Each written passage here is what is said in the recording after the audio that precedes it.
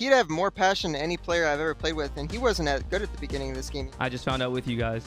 3 years on a team, and I find out like this. I think the 3 who are rumored, they can improve basically any team they go to. So like, apparently he's actually better than even his like peak in 2021. Which, if that's true, and then this NaVi thing is true as well, that is going to be one scary team, man.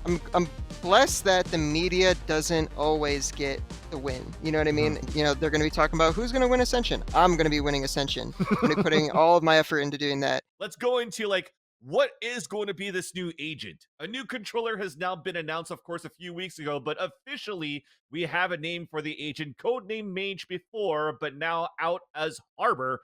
An agent that comes out here. Do I say it correctly here? Giald, he milte hein. Close I enough. don't think so, right? Close enough. Was it close? Was it close? Yeah, it was actually. That's awesome. But yes, the controller agent, where there's some teasers that came out here and there. Apparently, a water-based agent. I saw some memes going out here about the a water-based avatar, pretty much as this new controller. Tanner, what's your thoughts? What do you think? What do you think Harbor's going to bring to the table?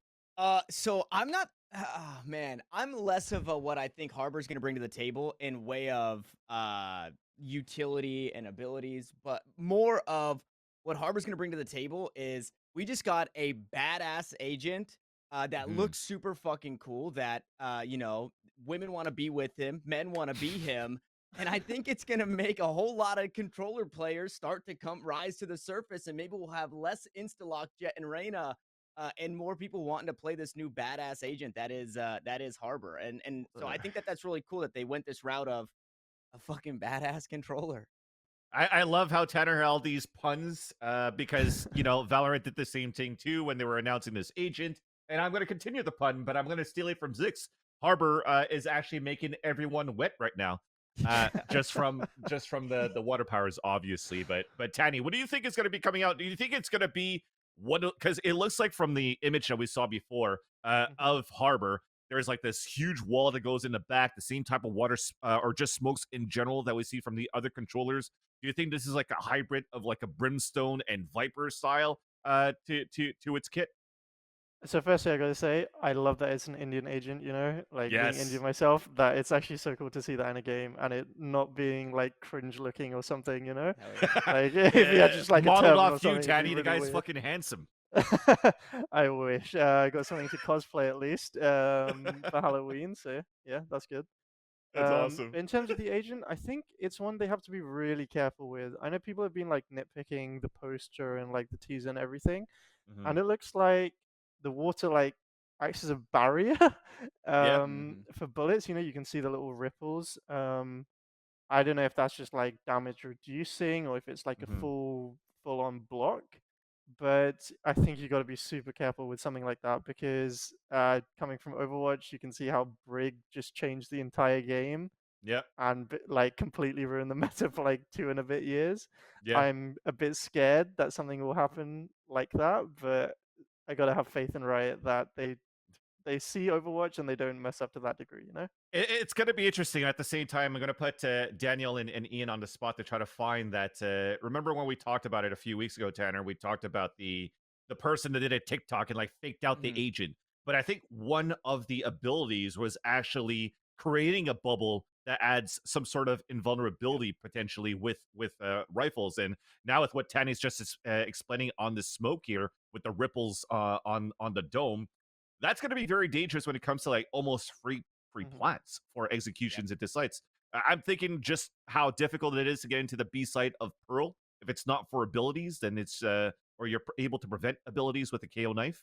It's a free plant. It's a free plant. There's that bubble that we're talking about. So, what are your thoughts if that's going to happen as well here, Tanner? Yeah, so I would think because you say allows for free plants, but also every smoker ever knows, hey, when you're going to feel like smoke the bomb. If you have a smoke, smoke the bomb, right? So yeah, also free diffuses. What I would hope when I was kind of seeing the cinematic a little bit, that was my first time actually seeing that. And I think it will be probably something like meeting in the middle, like Tanny said, where it's damage reduction. The bullets are maybe slowed through the bubble or slowed through the it looks like maybe he'll have some type of Phoenix wall that goes up that's kind of an Astra wall, but doesn't last as long, isn't as large, and maybe isn't as flexible. This does seem pretty water weavy to me. I actually, when we saw this for the first time today, I don't know what the hell I'm looking at here. So if you guys have anything to cue me in on what we're looking at, I've got no clue. But I do think it will. I think it'll be less shields and more of, like Tanny said, the damage reduction on the bullets coming on through, which it changes the game a little bit, right? You can no longer plant for C and then all go play down C long. Like you do have to have somebody, like you do have to have crossfire set up, and you kind of have to hunker down on the site once you get the spike planted. And imagine, and before we move into a next topic, so you guys know this bug, right? For the Viper, your own snake bite onto your own teammate is going to mitigate the damage that goes on the other end for the other snake bite. What if actually that was intended for this new agent, so that when the smoke comes down, it actually does mitigate molly damage, so you can actually fully stick it at halfway, also eliminating post-plant snake bites? That to keep in mind. Apparently it's going to get announced tomorrow, so we'll keep an eye on that very soon. Let's move on though to the next segment, back into the partnership program, this time getting a little bit more out of EMEA because we have Tanny on here with us. It's about the most recent merger between Koi and Rogue. So Koi, of course, you guys all know them, has been announced as a partner to the Rides partnership program in EMEA for quite a while now, but Rogue actually is a North American entity that has a lot of backings from like Imagine Dragons or even Steve Aoki, one of my faves. And then over here also we'll have a little snippet of Anna, not Anna Donlan, but Anna actually that came on the show with us because she's also part of the ESET committee when we also had that issue that we wanted to talk about what's going to happen with the players back in the summertime. She is the EVP of Rogue. So this recent merger, this is also very funny to watch. But Ibai actually had this announcement on his Twitch, and this merger is just going to do, for me, an injection, of course, of money into the organization, although Koi, I'm assuming, already has it. So in your eyes here, Tanny, what does Rogue bring to the table on top of this acquisition or merger with Koi? So I think it's actually quite a good one. So Rogue have been around in esports for a long, long time. You know, they have this structure everywhere, like in Berlin with LEC as well, globally with the other games, you know. I even remember them in Overwatch. They were one of the top organizations back then. And Koi bring in the new viewership, and I think both of them together is the perfect for each other, because like Rogue have been struggling with that, let's be honest, with the viewership. So they have a fresh influx of that with this new Spanish fans, and then Koi get the structure and just infrastructure actually in Berlin that they need to like perform the best both in LEC and in Valorant. Yeah, because Rogue, for me, I think about Rainbow Six or I think about CSGO. I don't really think they made too much of an impact in Valorant in North America as of yet. But does this mean that we might have maybe some sort of influence of like, if we're looking into the outside talent that could come into EMEA, right? You're allowed to bring in an import. Do you think it's going to be maybe an influence about bringing in an NA or somebody from LatAm here, Tanner, for this international roster to see within Rogue and Koi? Yeah, so I don't know in terms of like roster moves, I can't really predict where this is headed. I think we talked about creating like a full Spanish team for Koi just in the general. past. Yeah. I do think that this is like the Powerpuff Girls of an organization, because the way that the world is going with whether it be a partnership program where you have to be super cool and not necessarily be super good, but people got to like you. For now, Rogue and Koi, they have that. And then if it's like a franchising thing where you need money, Rogue and Koi now have that. I don't think you guys mentioned League of Legends, where Rogue right now is at Worlds for League of Legends. So that's true. It's kind of like merging. It's keeping this Riot fan base that Rogue already have. And yeah, I think, like I said, this is sugar, spice, and everything nice. And hopefully there is no Chemical X. Although the Powerpuff Girls are cool, God only knows what happens when Chemical X gets added to this. All these references, Tanny. Do you have Powerpuff Girls in EMEA? Yeah, I need more Powerpuff Girls references. To be honest, like I gotta use this at one point. If you've been enjoying Valoranting, feel free to like, comment, subscribe, and hit the notification bell so you get every episode hot off the presses. Let's talk about some official roster moves. A little bit dated, but at this point, we really didn't officially talk about it on the show. Zekin, formerly of XSET, finally joins Sentinels officially here. I know we keep talking about these rumors left and right, but now it's actually been officially announced, so that's good. And if we want to think about official roster of what's going on right now, what's been really announced through the roster shuffle for North America for Sentinels, it's just Zekin. Tens is still in there. Dapper technically is still in there. Shazam was technically supposed to be in there until most recently. What happened, unfortunately, with what's been going on Reddit most recently is Shazam finding out now through an article of George Geddes saying that there's going to be Def that is and Zekin that are going to be joining Sentinels, which then means that Shazam will not be a part of Sentinels, quote unquote, officially. So let's have a look at his reaction on that. Well, guys, looks like an article just went out.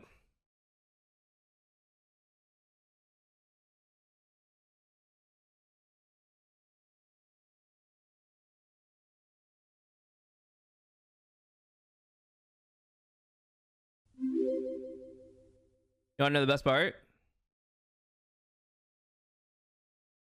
Ollie Bear, thanks for 20 months here too. I just found out with you guys. Help me feel it, I feel it. 3 years on a team and I find out like this. Fucking hurts. But at the same time, though, there was some clarifications that came out from Rob Moore right after, I think, following that incident, stating that, just to make it clear to the public that we did have a conversation with Shazam back in September to remind me that he didn't really necessarily have a contract for next year.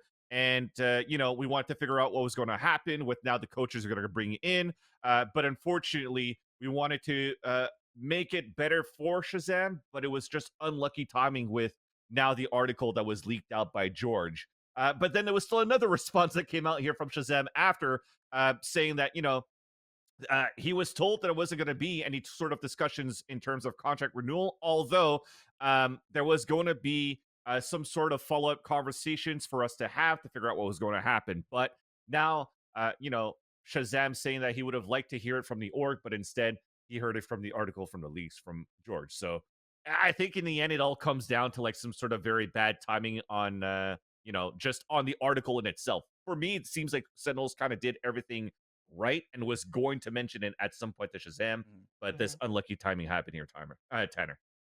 Yeah, I don't know. That sucks because there's obviously miscommunication. Obviously, they're not on the same page about something. And it's like, as a human being, you kind of know, right? When they say, hey, we're going to follow up with you. This is kind of I think, the common sense approach. Not the right approach, though, I'll say. But the common sense approach of, you were told that there are going to be follow-ups.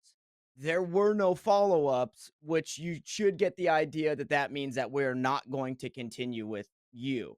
I don't think that's the right way, but I think that's kind of how Sentinels see it. They're like, well, hey, man, we said there's going to be follow-ups and there was none, so you should have just known. So, yeah, that feels awful for Shazam, especially given everything that he did for that organization before coaches, when Sentinels just got into Valorant, it was all Shazam. He was really doing it all. Obviously, the players behind him, but in way of all the research, the players even back then would tell themselves, like, hey, we don't really do anything except for play, and Shazam kind of just tells us what to look out for and what we need to be doing. So it really does suck for him, even if you compare or are looking at him as a player and being like, well, he's, Def is going to be a better IGL. You got to treat people better than that, man. That's awful to Shazam. It definitely pained me watching that too, because the last line that Shazam said, like, 3 years in Oregon, this is how I find out. And I also remember when we were casting Sentinels during First Strike, and we had that segment about Shazam and playing the game and playing after he lost his father. It was just heartbreaking to just see the reaction of, like, he poured a lot into Sentinels, and unfortunate timing with what happened with the leak here from George that, he couldn't part with Sentinels officially in a more professional way, if I could put it that way. And speaking of that, I'm gonna pass it over to you here, Tanny, because you've been around the scene for quite a while with in the EMEA region in terms of coaching, right? So you went through like Heretics, most recently Vitality. I think you did Giants at some point as well. Has that sort of like communication gap been quite prominent in your experience as a coach as well? Yeah, sometimes that is the case because like orgs, they tend to kind of forget about you once you've they're considering other options, you know? Yeah. And then the focus just becomes on the new team, the new coach, the new player, whatever it may be, you know? And they don't always communicate the best with the people like previously then. Yeah. And it can be an issue. I don't think Sentinels did like a huge amount bad here. As I said, like he's just waiting for some for news. Like of course that has its own questions, but Yeah. they can't really predict that George is just going to drop a leak bomb, you know. Yeah. And I think that was just very unfortunate timing with that. Like normally the reporters are pretty good at just asking like when they can drop this sort of stuff as well, you know. Yeah. To prevent exactly this situation from happening.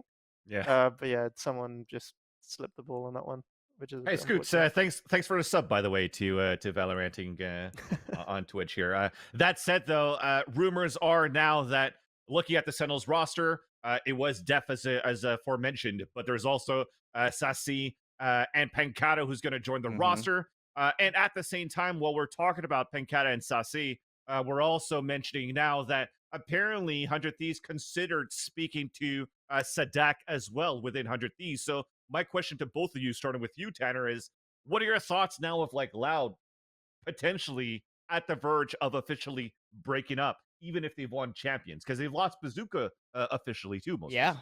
Yeah, I think I don't know. I don't get it. Like I understand that I don't know what's going on behind the scenes, but it was kind of my same initial thought when 100 Thieves had, I think it was last year, they had this miracle run to eventually make it to Berlin, and then they placed like third place, and I think it was Masters 3, and then immediately after that they're like, Steel's gone, everything sucks, Nitro's going back to CS, and they were like making all these big changes. I have such a hard time wrapping my head around, you know, when you're finding success. I understand that there's stuff going on behind the scenes, but like, why would you not just stick with the success versus, you know, what 100 Thieves did specifically? Oh my God. Okay. So thought I could just say, all right. Well, this was, I think this was like last week or something like that too, where he just Okay. literally tweeted out this ban.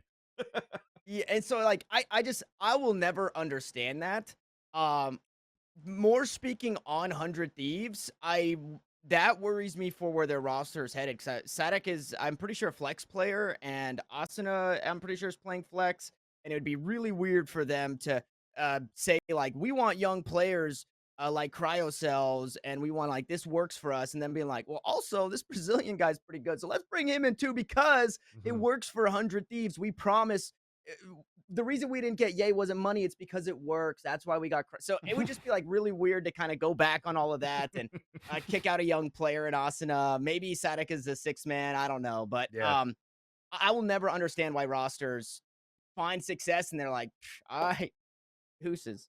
At least shout out to Costa876 here in the chat saying that Sadak tweeted that as a joke after they've lost a show match on top of that. But it still looks pretty close that it's going to be official. So, Kenny, what are your thoughts about Loud this banning? How is this going to shake up the North American partnership scene? I mean, I'm more sad about it than anything else. Like, I really want a team to go into next year who's just won champions, you know? Like, you want that known quantity going in to see how every other team does versus Loud. Yeah, now, like, 3 of them rumored to be going other places, and like maybe 2 of them stay. Who knows, right? Yeah. It's a bit weird, but I think the 3 who are rumored, they can improve basically any team they go to. So like, I think that is definitely going to shake up a lot of things in NA. You know, a lot of people who were like, "Oh, I think I could be on this roster," are now going to be like, "Oh wait, now I have to compete with these world champions," you know, and it's not a good feeling. Even for those that stay, right, Les and Aspas are still going to do a very huge impact for Loud. So I'm looking excited to see how Loud's going to rebuild if that's going to happen. But let's continue on with the rumors. I think the most recent rumor as well, staying within the NA partnership program, is the consideration of Cloud9 bringing in the guards coach MCE. So this will allow once again the reunion, the continuation of that storyline of the Chaos 9, where you have MCE that's going to be able to join the main core of Vanity, Zeppa, and Leaf. Now, this is all cool.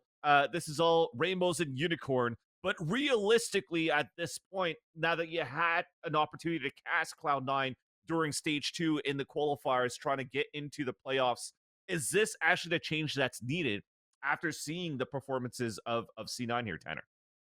I think Cloud9 are known for building a Colossus team, and they are trying to do it again. And I hope history doesn't repeat itself, but we know that does tend to happen. It is nice that some of the it's not like big changes. It's not Curry just out of left field, right? Where I'm sure there is history with Curry for some of the players on Cloud9, but it really just didn't work, right? The changes they're making, and it is looking like a Colossus team, right? You pick up Ye, best player in the world. Probably could be argued, I would say, best player in the world, right? You pick up Zelsis. Vanity and Zelsis at one point were a package deal. And then your coach coming into this one, you have 2 remaining players that Vanity's already had success with when they were the Cloud9 of old with Jetta on the team, bringing in MCE. So it seems like another Colossus plan.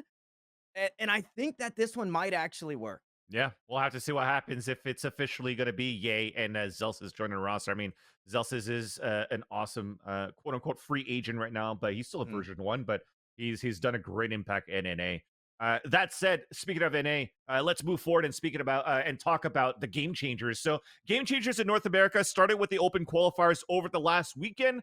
We've finalized the open qualifier now to solidify our top 8 to move into the main stage that continues on this weekend starting on Thursday. So as you can see on screen here, the 8 teams making it through the open qualifiers: C9, EG, Misfits, Immortals, Complexity, XSET, TSM, and Shopify Rebellion. How does this shape out to see now which teams are going into Berlin? Because you are able to have 2 North American teams out of the 8 in the finals in Berlin. That's going to be happening in November. And just like EMEA, there's a circuit point for the top team to move forward.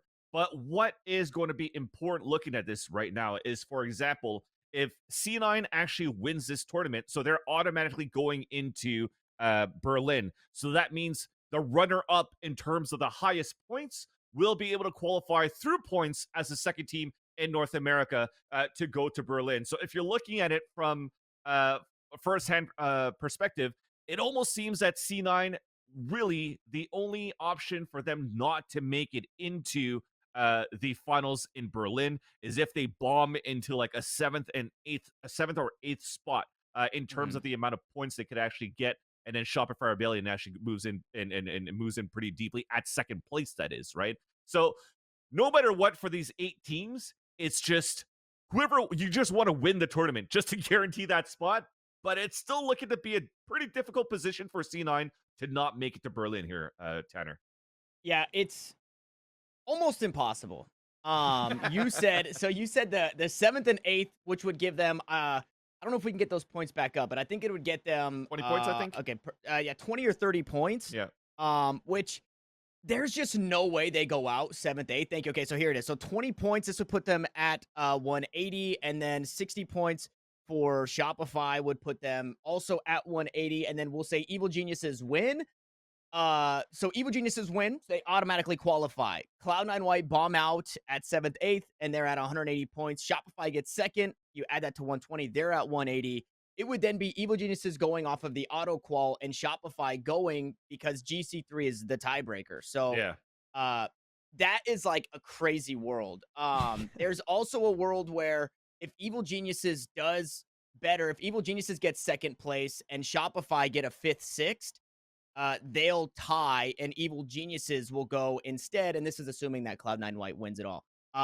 Which is, I think everybody is assuming that. I will say, I don't think I said it enough on the desk. First and foremost, I don't think Cloud9 goes out 7th, 8th. There's just no way. We've already seen the Cloud9 White Immortals matchup in Game Changers 3 alone, and Cloud9 White won that one. So just winning that puts them in a great spot. That's the weird part, though, because C9 White and Immortals have played during the open qualifiers in that bracket, and also the TSM matchup has been versus XSET, XSET yep. has been played as well. So it's kind of like rematches in important games during the open qualifier, but you have some sort of read. And Immortals have been on the up and up, so there is still a chance where you might have to do a lower bracket run for C9 if the upset does happen. But I guess we don't really consider that. But I think one team or two teams to be looking out for, even though they're out of the running for the points, they still have a great chance to win the tournament. That's actually Complexity and Misfits. They've had a great up and up, night and day performances from Game Changers 2 to Game Changers 3. So that is going to be very fun to watch for this weekend, and make sure you all don't miss it. That's going to be on the main channel on Valorant starting on Thursday. That said, though, I think we're going to stick around with GC, but now going into what was less fun and more fucking stupid in my eyes. And I'm trying to do my best not to be like an angry silly, and because I want to try to set a better example for a lot of people as well with my platform. And I just got to say, man, I'm just fucking disappointed about this. Let's go ahead and at least give you the rundown if you've missed over the drama for this weekend. Starting things off, we have a team called EQ Series that's been playing through the open qualifiers for Game Changers. They were already issued a competitive ruling in the first place, and having their match, or actually losing a player to be disqualified for throwing out a racist meme on Discord. And we're not going to show that as well, because it's very, very inappropriate. And again, another reason why I say I'm really, really fucking disappointed to have to read this and to try to explain that. But that said, EQ Series had to find a sub. Now, apparently, the sub that they picked up here is not apparently. This is also known facts. The sub that they picked up is a man that wanted to fake being non-binary to be able to participate into the North American Game Changers and be that sub for EQ Series. This guy is named Dyslexic or Dyslexia, whatever the fuck. It doesn't matter at this point. And also, not only was this person faking to be non-binary, but also apparently had third-party cheats on his account. And saying that he hasn't used these cheats during the CLG match, who the fuck cares? He also was caught with third-party cheats on his account. So trying to find a fast route to get the bag to compete and whatnot. But overall, I think this is just very, very insulting to the Game Changers community. It's very, very insulting to the non-binary players and people who are just trying to find a safe space to compete within the Game Changers in North America. And I'll admit it. Like there's a lot of people that are gonna say, fucking snowflakes, whatever. You were in Survive in a fucking Call of Duty lobby back in like 2004. Well, guess fucking what?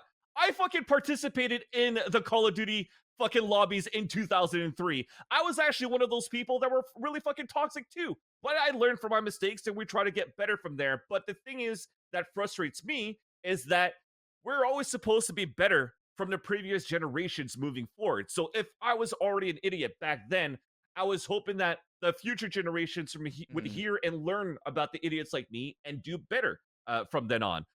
And just to be able to see that nothing's really changed from then until now, it's just very discouraging to fucking see. And I really hope that we're able to do better as a fucking community, starting now, hopefully, to just be more inclusive, find some fucking empathy, do some fucking respect, like show some respect. Respect Heart, right? I got some shit from fucking Sir Scoot saying respect Heart for a guy going to fucking land while he had COVID, but this fucking tops it off right now, and I gotta say, man, it's depressing. I'm super disappointed. I just hope we do better from there. Tanner, I want to know your thoughts here. Well, I'm in that same boat. I want to say a couple of things. First and foremost, obviously, I feel like our watchers, our viewers, the people in the chat right now know this, but police your friends, right? So I don't know who turned in the original racist post, but whoever did, thank you for that, because we need more of that, right? It's not okay behind closed doors. It's not okay ever to act that way. So whoever turned in that EQ Series player, shout out to you, because we need more of that. You need to police your friends. And if there's slack on that, then they're not really your friends, right? Fuck them. Yeah. And I think ultimately what is the most frustrating for this, and we heard it from Tanny even, is that things are a lot more strict around the world regarding the game changer scene. And right now in North America, it is easy for us to be inclusive because it's just kind of been working. And then you have these very bad eggs that come in and pretend to be non-binary because they think they can get the bag, or they want this Twitter clout, this fame to say, hey, we beat this team, we beat X team, and they're lying about it.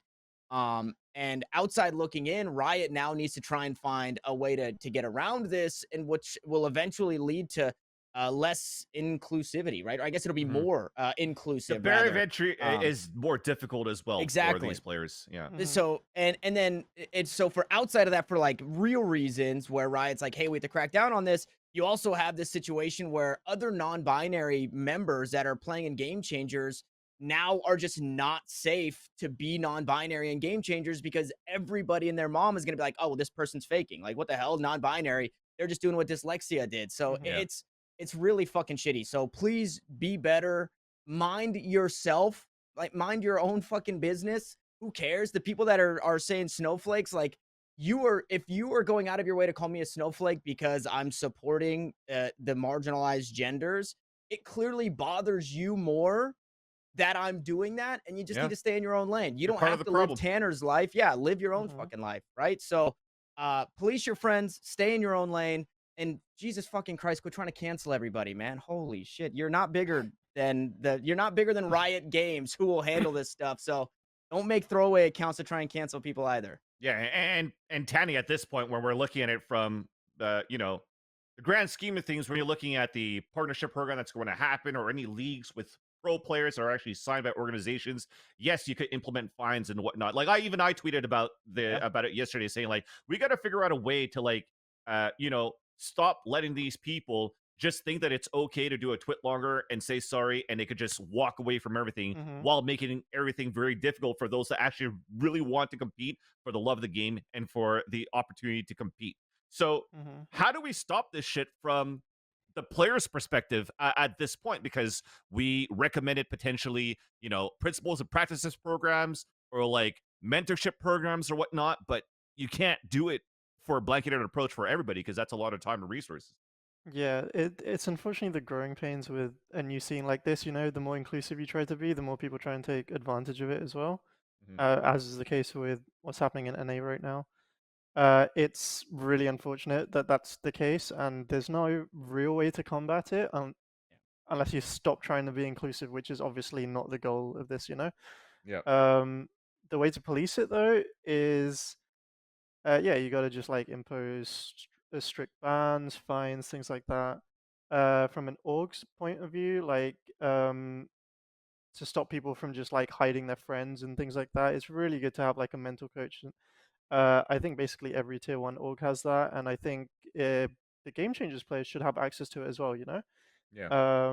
Like our mental coach on Vitality was like really good, and she did the TSM Game Changers team before joining Vitality. So those resources are there for some orgs. I think it needs to be there for other ones, where there are people keeping tabs on everyone's like mental health, everyone's toxicity levels, like everything like this, making sure people aren't saying these things in public, and they aren't saying it in private either. Like you can change someone's actual mentality when you talk about it. You just need to have like an open conversation in an org with it. And it's not only in the competition as well, right? Just make sure that in your ranked games, you see somebody that's, just because you hear the voice of somebody that's you're not used to, it's just, automatically, and I have to be toxic. Somebody's low fragging, you're going to call them boost it, without. That's why Game Changers exists, so that we don't have that type of toxicity, and we could have that type of inclusivity, inclusiveness. I don't even know fucking how to say it anymore. I'm just angry at this point. That said, let's just move on, guys. Let's just try to fucking be better at this point. But let's continue with actually some more shitty news actually around the scene in Valorant. So it's with Rising Hope. So there's a player named Pizza here that did a twit longer about their experience with their team against a coach from Rising Hope, who also apparently is the owner of Rising Hope, and this coach's name is Simons. To give you context of what's been going on with this guy, one has been on a call with another person called Wei, and while he's watching the team scrim, he's always going like, "Hey man, just give me a call and show me your dick," like being very um being very offside in terms of principles and ethics around the team. Suddenly, throughout another scrim, randomly decides to turn on his camera, where, of course, everybody else has their cameras on so that you could actually record, facial expressions or whatnot while you're going through watching VODs or scrimming. And the Simon's coach decided to stand up and show his penis. And was very inappropriate in that sense. So all of Pizza's team decide to step away from Rising Hope. But although that happens, there's still the Rising Hope account saying, "Oh, like in a nice way, thank you for all your contribution. We're looking to rebuild the team." But at this time, it's like, this guy is just a fucking shitty human. And at the same time, not only is he showing his dick, but apparently also there was a video of him coming out in terms of being very racist towards the Ukrainian scene, or just the Ukrainian country, saying that all of Ukraine has to be eliminated at this point. So it's just fucking shitty, dude. It's just a piece of shit, actually. For the owner / coach of Rising Hope. I apologize if he's not the owner, and I tied in Rising Hope with Simons, but apparently this is going to be the case, and you can already see from Rising Hope on the second line here of the announcement saying Simons will actually remain in the organization. So also tied together. This is actually quite a shitty. I would say don't apologize. Whether Simons is the lead of Rising Hope or not the lead of Rising Hope, fuck Rising Hope for letting him stay on the organization. Like those guys need to go. It also says in the twit longer from Pizza that it's, if you didn't know, it's a female team. So it's like, not that if it was a male team it makes it any better, but to show your penis to a team of females, hey dude, don't show your dick, fucking period. do Just that. don't do it. Yeah, like what just the don't do fuck are it. you doing, Simple man? as. Like, That's it's not Chemical hard. X, bro. That's Chemical X. Back We to talked about childless Sugar girls. Spice and everything nice. We gotta get away from that shit. No, that's fucking horrible. And please, for the love of God, again, I know our viewers know better, but Rising Hope, stay away from him. Rising Hope, stay away from him. Yeah, This I is- just got to add, like, if you're Yeah. looking to be picked up, do not go to this org at all. Yeah, Like, yeah. they'll treat you like shit. If they drop their entire roster based off the coach, like, pulling this shit, you're not going to have any hope there to, like, progress, you know? No Rising Just Hope look for for other sure. thing. Yep. Just rising dicks if you stay around that guy. Yeah, exactly. That said, let's continue with the roster shuffles now, this time in EMEA. I don't want to give more time to this team or this person. So let's talk about cNed. Apparently, potentially joining Navi at this point, with all of FPX basically is going to be joining Navi with the exception of Artis. And now that we have you on here, Danny, what are the rumors that you've been hearing about cNed and Navi? So cNed's been trialing for a lot of teams in EU. I don't think that's a surprise, you know, like Ascend didn't make it and he's just insane. A very interesting point for me is that he has found his form back, according to a lot of trial rumors. And apparently he's actually better than even his like peak in 2021, which if that's true, and then this Navi thing is true as well, that is going to be one scary team, man. Like you have like the core of FPX, and then you add like an informed cNed into that. That's just how do you win at that point, you know? Like, cNed has always really been in these scary. conversations where, you know, of being like a top player in the world when they were actually qualifying for these games and going to the Masters and whatnot. And we haven't heard about cNed in quite a while, with the exception of a sign that says like, "I wish I was playing" at one of the events he was spectating. So what's your pulse on the level of excitement to see cNed coming back into partnership play, Tanner?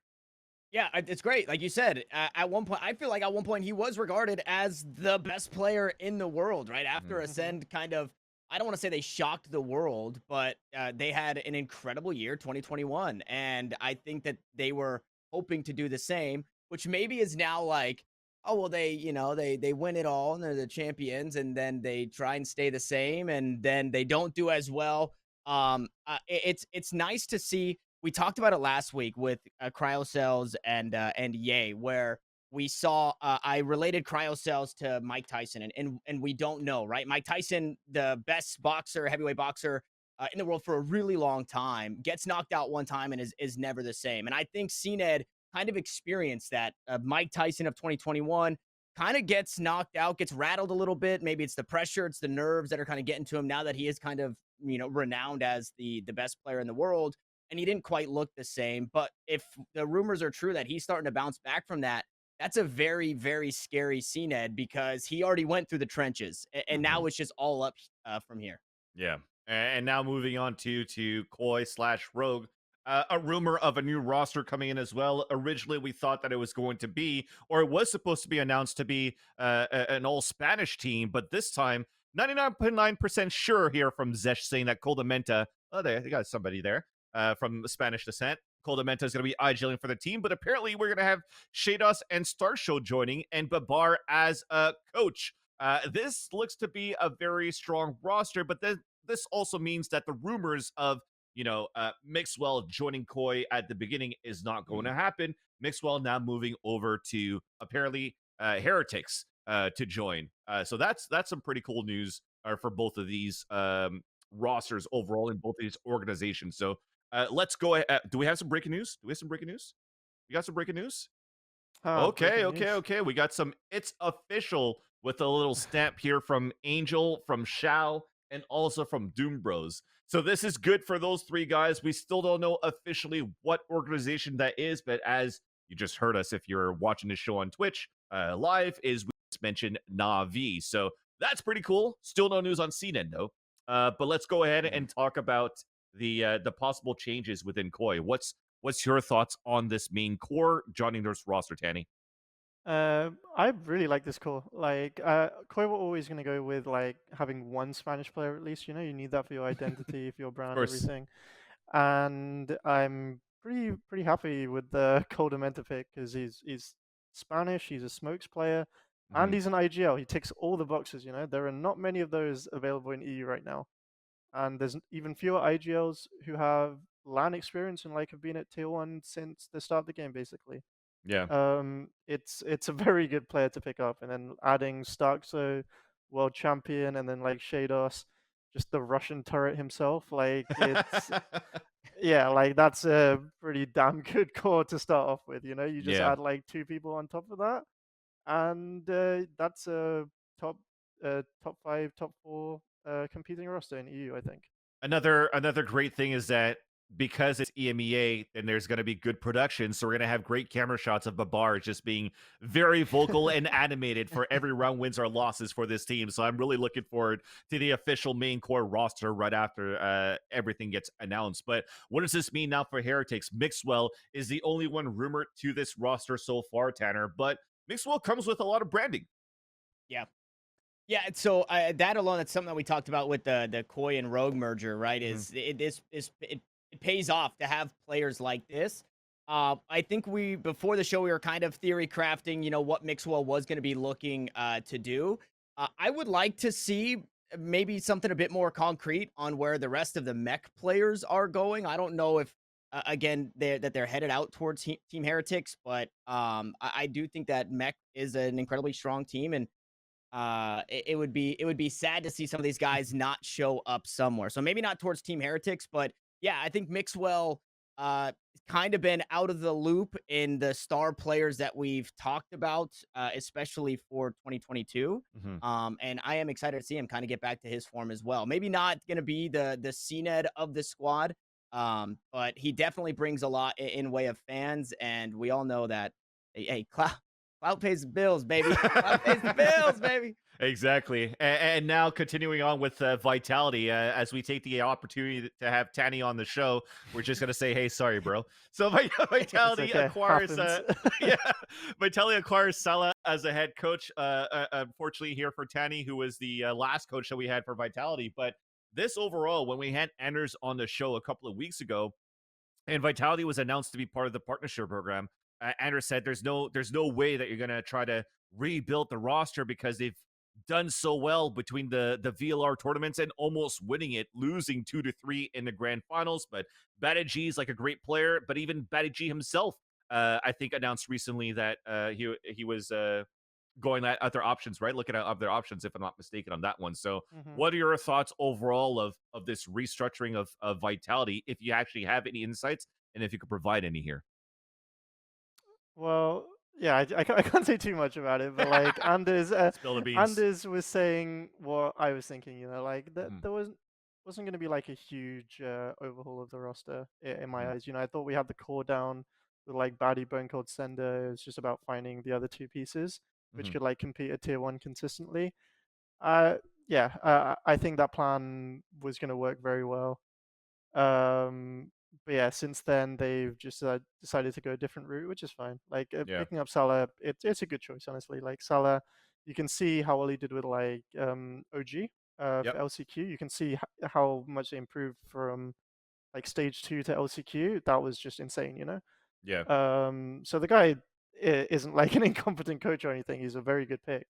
Yeah. I'm just not sure about his plan, you know, because like if I was him, I would have done everything to try and keep like Baddie For on the sure. roster. Like keeping that core together was like the most important thing for me when I was on Vitality. So it's a bit strange, like seeing, but I'm sure he has his reasons for that as well.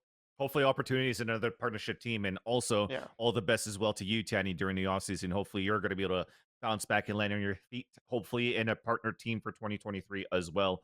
Let's go ahead and talk about here the off season that officially kicked off a couple of weeks ago, at least in North America. There was a G4 clash that happened, but now here in EMEA, the most, or over there where you are, Tanny, in EMEA, not over here in NA, but one of the biggest off-season tournaments, of course, is going to be that RedBull Homeground that actually kicked off. This is the brackets that we currently see so far with a bunch of qualifiers that went through. So this is the EMEA qualifier. There's also the Turkish qualifier that finished out in August, with Big winning the EMEA one. And then, if I'm not mistaken here, through the 2 qualifiers, there's also going to be 6 invited teams, including 2 of North America, that is going to be participating into the RedBull Homeground. That's actually going to be a LAN in December in Manchester, UK. So your thoughts, Tanny, because I think this is like next door for you. Yeah, I mean, I already got my tickets. Like, hell yeah. gonna hell yeah. See my past players, you know, see everyone. That's gonna be fun. Yeah. But I'm looking forward to this tournament. It's a bit of a weird one because it's right before franchising, and like some of the teams are obviously not in franchising, but then some of them are, and they will have like new rosters. So it's super weird. Like you'll have just a bit of a crazy tournament, I feel. Yeah. I think it's quite a good thing that like neither Koi or like Heretics managed to qualify, because you know if they're doing a big roster overhaul, what's gonna happen for this tournament?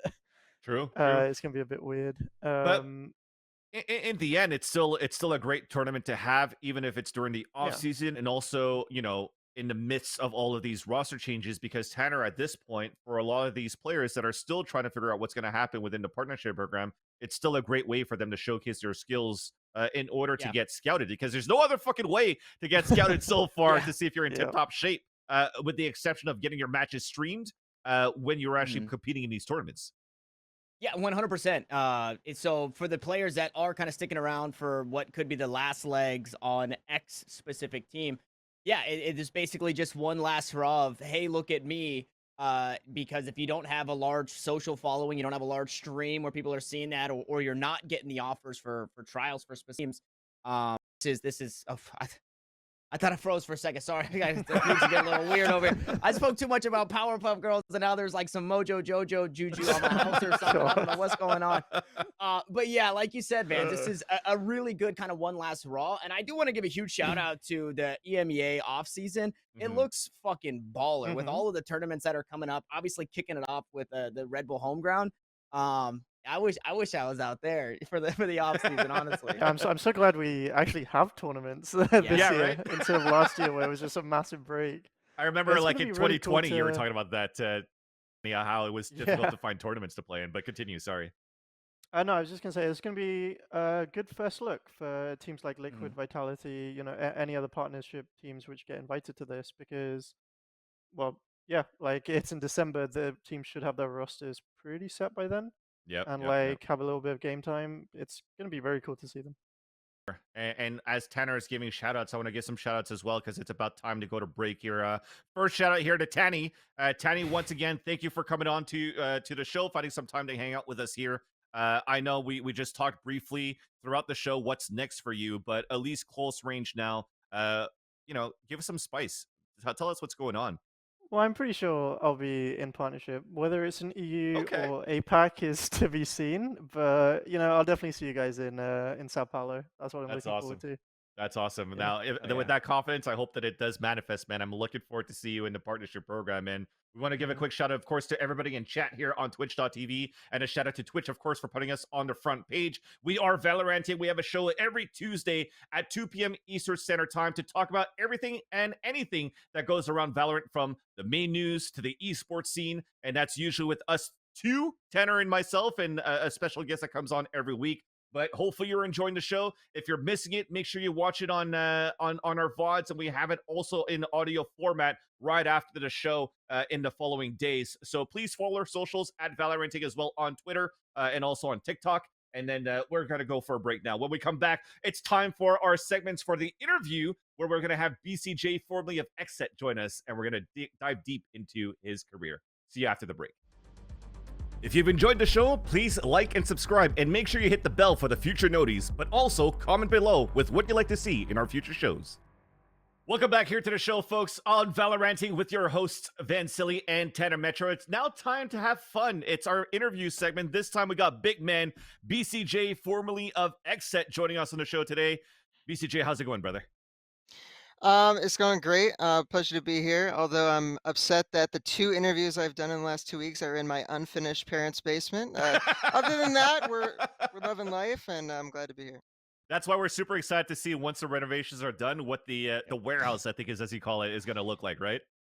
Yeah, I don't think we're gonna renovate. I don't see us anywhere in this basement. It's all good. It's all Yeah. good. You'll get into a partnership team soon, make the dough, and then you're gonna rebuild it yourself, right? You're gonna turn it the Yep. warehouse into a man cave. Come down here, Bob the Builder hat. I'm in. That's awesome. Love that. And I want to see the live stream about that too. But BcJ, the purpose, if you haven't on the show with us as well, is just to bant around and understand a little bit more about your career and everything that's been going on from the beginning of your gaming career until now in Valorant, of course. So let's get into it, man. I wanted to start off with the gaming experiences before you turned pro. Where did this all start? When did you discover online gaming with computers? And when did you find that passion into competition? Yeah, well, competing was always really a big part of my life growing up. I Mm. played, soccer leagues growing up, probably from age like 6 to, like start of, 11 or 12 years old. So Mhm. around that 12, year old mark, I was always playing video games. I was a big COD player. Everyone at school was, playing, and I played with my, friend down the street. He'd come to my house, and I'd always smack him. But, the point being is that I love to compete, and certain medical things in my life basically took sports away. Mm. I couldn't really compete in soccer anymore. It just didn't make sense at that point. So I started basically full-time gaming, and really got hooked onto Smite growing up with one of my high school Nice. friends, Nice. and onto CS:GO. And we climbed the ranks. Like a bunch of my friends, we had 5 seconds. CS got from silver in my freshman year of high school to supreme. So for Nice. us, like, always loved competing. I always loved, playing games to win. And so from that point on, I mean, it's been a crazy ride. I still don't Mhm. believe some of the situations that happen. Like, I first got scouted in Apex, and that was my Mhm. first game I got a contract in for T1. But to get scouted in that game, I played a small game, a small community rather, a bigger game on PC, Black Ops 4. I played Black Ops 4 on PC with a pug Discord with notable players. Your boy Dre was my teammate. A lot of Yeah, ex-battalion players. Grego was my teammate. So there was a lot of really talented players that just played this shit for fun. And that's I awesome. mean, Overwatch League guys came in one day, and I remember I was still the best player in that. The staff started to come in, and they were in off season, so they were just playing for fun as well. And I remember I got scouted from the Philadelphia Fusion staff, and that staff ended up creating, the T1 NA side of things. Oh So shit. they hired me basically right out of that, scouting phase from Black Ops Damn. 4. So I can't believe I'm, am where I am because of that. But yeah, I ended up, competing in Apex for about a year. I was in IGL the whole time. Best placing was, second place. I qualified with Snipe Down. Mhm. He was one of my favorite teammates of all time. Legend. Honestly, he's back playing Halo now, but man, he was a beast back then. I mean, he was one of the only controller players, and obviously everyone knows controllers really big in Apex right now. You almost Yeah. need a Mhm. Yep. controller player. Yep. So I was one of the first teams to really have one, and I was lucky because man, we did some great things back then. Met a lot of great people, lifelong friends, for sure. And the only reason I really quit Apex because there was a period where it dipped, man. It didn't have orgs, it didn't have money, and it just didn't make sense for me to compete in that, full time if I was making a grand, from Mhm. just the tournament winnings, no org support. Um, so I ended up switching from that over to Valorant, and it wasn't a full transition. I ended up competing in Apex. I didn't scrim or play or anything, but Mhm. I ended up competing with X Fnatic. Love these two guys. They were brothers, Eye Shiny and Muffins. They ended up playing together on Fnatic, but then obviously all the orgs I said backed out.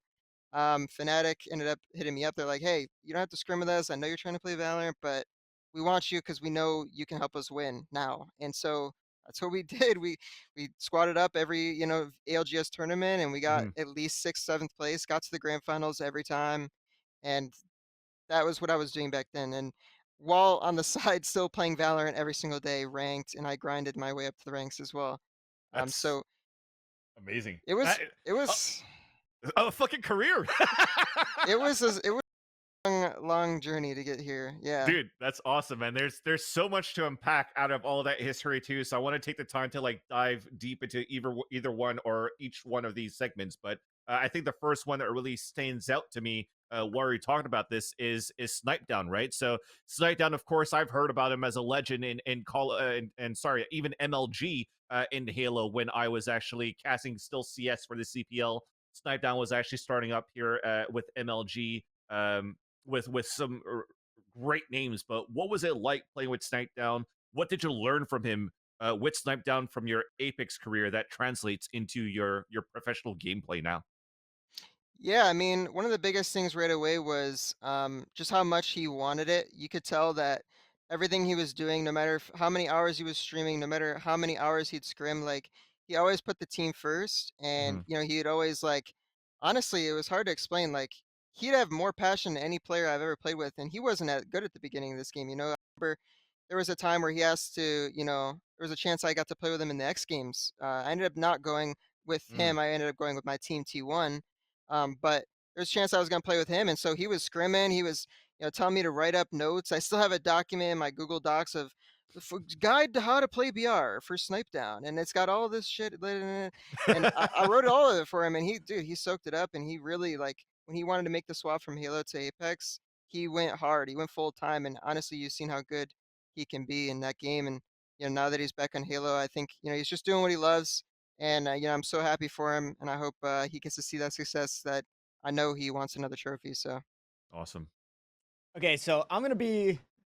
There's a lot to digest there, and there's a lot that I want to get into. So, and I'm glad. I love the long-winded answer because it does give us.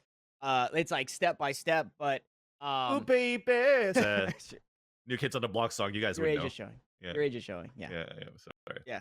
I mean, yeah. Anyways, um, so I just want to put it out there that there is a world where maybe Snipe Down is looking to get back into Apex because of the direction that Halo is headed and that the direction that Apex is headed because it is. You said before it did kind of have a dip, and for a long time it was kind of like, well, Apex is a fun game, but they're esports or whatever. And then I don't know, they were like $5 million for ALGS, and you're like, Mhm. oh shit, there's Apex again.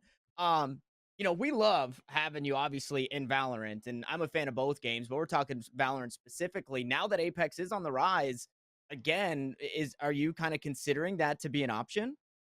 um, I've always had it as my last resort. I'll be honest, but man, I come from a lot of 5v5 games as well, and the best thing that you just can't beat is the better team usually wins on any given Hmm. day. And Mhm. so I've made a career for myself in the game that I love. I honestly think it's the best game out right now, and I'm just blessed to be a part of Valorant and 5v5 in general.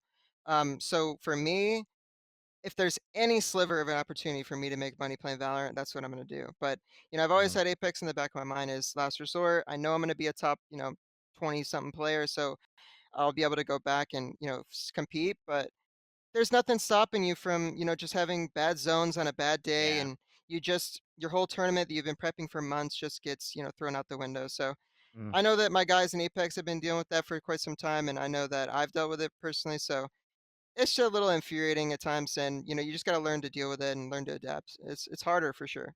Interesting. And going into you starting your gaming competition career before even going pro was in Call of Duty. Which version of Call of Duty was this? Oh man, I grew up playing Call of Duty on console probably until my freshman year of high school, honestly. So all the way Okay, up until okay. then, I've been grinding. Um, and so for me, making the swap, it was like I loved COD so much, but at some point it became like stale. Yeah, When yeah, yeah, yeah. everyone started to kind of get in that, oh, it's this again. That's kind of when I swapped to PC, and it just ended up working out really well that way.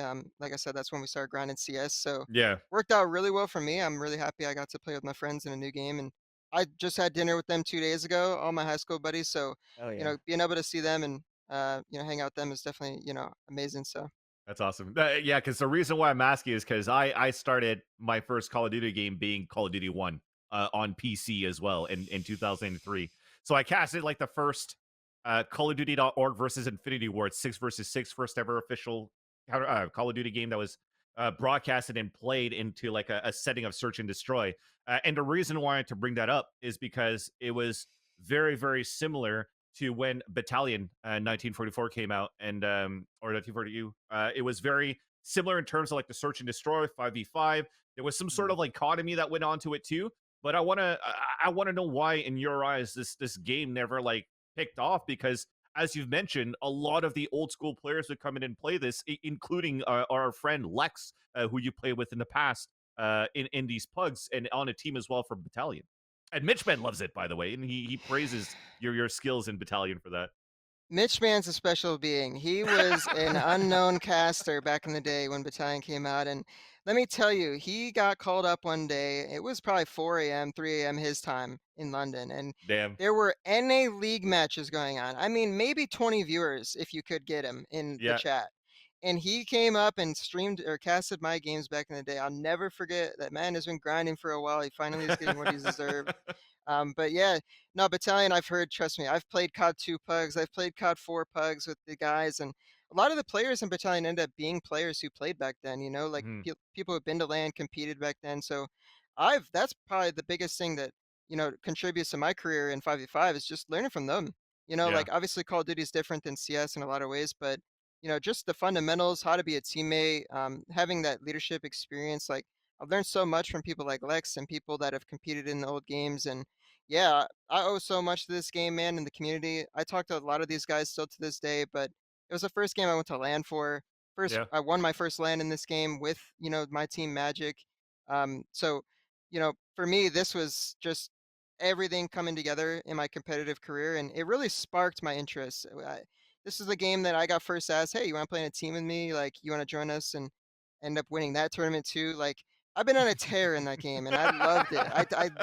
I grew up to love that COD, 5v5 S&D. Like it took me from a normal gamer to a really competitive, like true competitive player. So I owe so much to that game, man. So why is it to you that the barrier of entry or the growth of it was just stopped at some point? Because it seemed as though that game had an idea to want to come out and be like the next 5v5 tactical esport. Yeah, Lots of people are writing on that, actually. the launches were not great. The first Mhm. launch, they had a massive problem with the servers, similar to like Overwatch had, but they didn't ever really fix it. It took like 2 weeks for the game to come back online. And so I saw the player count go from like 30 grand to 20 grand to the next day, 10 grand, 5 grand. And it went down all the way because the only way you could play the game was through custom servers and Mhm. pug servers, Mhm. So while everyone else was out there not enjoying the game, didn't even get a taste for it, I'm in a custom server playing 10 mans all day long. So I loved it while the, casual player couldn't really even experience it. So that was one of the first launch of the game. And it came out at the perfect time too. I feel like everyone was really looking for that next game. Mhm. Um, and then they tried to do a second launch with Face It integration. It actually went out pretty smoothly, but the game didn't have a lot of casual support, and the players who were playing that whole time, like myself and many, many other players, were just so much better at the game and knew so Yeah. much more. Just imagine getting setnated every round in a like just in a casual match. I Like remember those days. you're just not gonna love it. You're getting Yeah. setnated off spawn, and so I could see it from a casual player. Like, why am I spending time on this? And it didn't have a great time to come out again. Like there were a lot of really good games out when it re-released. Mhm. So for that casual player, it just didn't make sense to want to continue to grind. And so I just think a lot of different things came into that and unfortunate events, but it is what it is. It just Mhm. wasn't meant to be. Awesome. So and so now, kind of shifting the focus back towards Valorant, the battalion, maybe not something that you wanted to grind for a different reason. Obviously, you've seen the highest heights, and you've grinded from playing in the nerd street weeklies with High Ground to kind of seeing the people around you start to get picked up and signed, and then you kind of just continue that grind. What was it about Valorant that you wanted to keep your head down and just keep pushing forward? Yeah, man. I mean, I've been a part of a lot of really good rosters. The first roster I've ever competed in was in a Built by Gamers tournament, probably like the first week of beta or something. Mhm. Played with Lex, JC Stanny. I think we had Callie ringing in for us, ex Apex Liquid player. And we also had, I'm missing someone, Mhm. Grego Oh as yeah. well. And that was our roster to first begin. And then when Callie stepped down because he was, filling for us, we ended up picking up Caboose as well. So Damn. obviously Okay. you guys have heard a lot about those players and you've seen what Yes. they've been able to do early on. And that team got split up because of that. Mortals came calling, hey, JC Sandy, what's up? And then, FNS came calling, hey, Caboose, what's up? And so it was really just me, Grego, and Lex. And, we ended up just kind of fizzling out the team. It was hard to replace those two guys. And did the same thing again with High Ground, as you said. I started out that team with myself, your boy Dre, Sharky, Valiate, and Pride. Mhm. We even had Keller for a stint, and I love my man Keller. He's one of my best friends. He also played Apex, for Liquid, but it just ended up working out for that team as well. Your boy Dre got called up by Beast Coast after we beat them in a best of three. He ended up getting called the next tournament, and Sharky ended up going to Complexity as well. So that was just two really hard pieces. They were some of our best players, so it was hard to rebuild that team as well. Mhm. Uh, so I've been through the ringer when it came to, I've been right there. I've been on the edge of getting signed. I could see my teammates around me getting signed, and during this whole time, it made me, believe myself a little bit more, seeing that these players that I know I can compete with and I know I can be better than, right around me, even my teammates are getting picked up. So I never stopped grinding, and at that time, that was kind of when I was bounced between Apex and Valorant, and I kept Mhm. playing both. But um, what really piqued my interest in Valorant was when Sedated came calling, and that was a team with Lex again. And Hmm. Yes. I wasn't really interested in joining Sedated back then because they had these two unknowns. Ended up being Tanaka, Sinker, and Shane. Mhm. All three of them played Battalion, and Battalion. Tanaka, in Yep. fact, was my teammate at Mhm. Magic. So that was the teammate I won my first LAN with. So I had a lot of experience with these guys. But they had like two unknown players I didn't really know, and I just wasn't interested in joining a team like that because, tier three, peeking into tier two a little bit. And I've already shown that I can compete at tier two. So I Mhm. was Mhm. I was ready to join the tier two team right away. Okay. So then, Things so then, just Yeah, go ahead. Go ahead, Brendan. Continue. Continue. Oh, yeah, so like I was just saying, things just didn't work out, and when they picked up Lex and when they Mhm. dropped one of those two unknowns, I knew that, wow, okay, now everyone that I've known, I've competed with is on this team. They're making moves to join tier two. I know Lex is going to make these guys better. This might be the time for me to join, and so I did, and we started competing, and I mean, saw immediate success, man. We were beating the best tier two teams in the game. We even played against teams like Ambox when they had EA and stuff like that, and Yep. didn't end up beating them, but we got to that level really, really fast. And that game against XSET is where it all started, man. I remember, I still don't believe it. I saw Sean Gear's VOD of him watching Vision Strikers way back when Icebox came out. I was just like, I was loving the Sova pick. No one was playing Sova on Icebox, and I Yeah. imagine like I was a duelist player. I was playing Reyna and Raze for my team on every map. And so when it came to that XSET game, man, I had a pop-off game on Sova. And, thankfully, Psycho was the coach. Okay. Italian 1944 connections coming back. And I apparently shook his hand at LAN. I told him the story. I don't even remember meeting him. I don't even remember. Fuck, Apparently, I BcJ, do you shook his remember meeting hand. me? Yeah. Apparently shook his hand at LAN. And so he trusted me, man. He followed my career, and so he knew this guy's dangerous. He's going to create so much problems for a lot of these teams that we've been playing against. And so when I joined on XSET, that's when basically everything started for me. And Yeah. credit due to Sedated for allowing me to play with them. I love all those guys, literally lifelong friends. And so um, it all just comes together, Yeah. everything just kind of randomly happened that way. But yeah, I'm super proud to be where I am today. And, everything just comes from those old games that I played, Battalion Community and everything involved with them. Awesome. Drew Sparks, by the way, thank you so Yeah. much for the follow. Big shout out to you. XSET. Awesome what you did as well, assisting XSET, and hopefully you're going to be able to find something as well, as XSET, where given that information that other opportunities are now has to be seeked by you guys. So all the best, my friend. But just to go back here, as you've mentioned, all of this BcJ.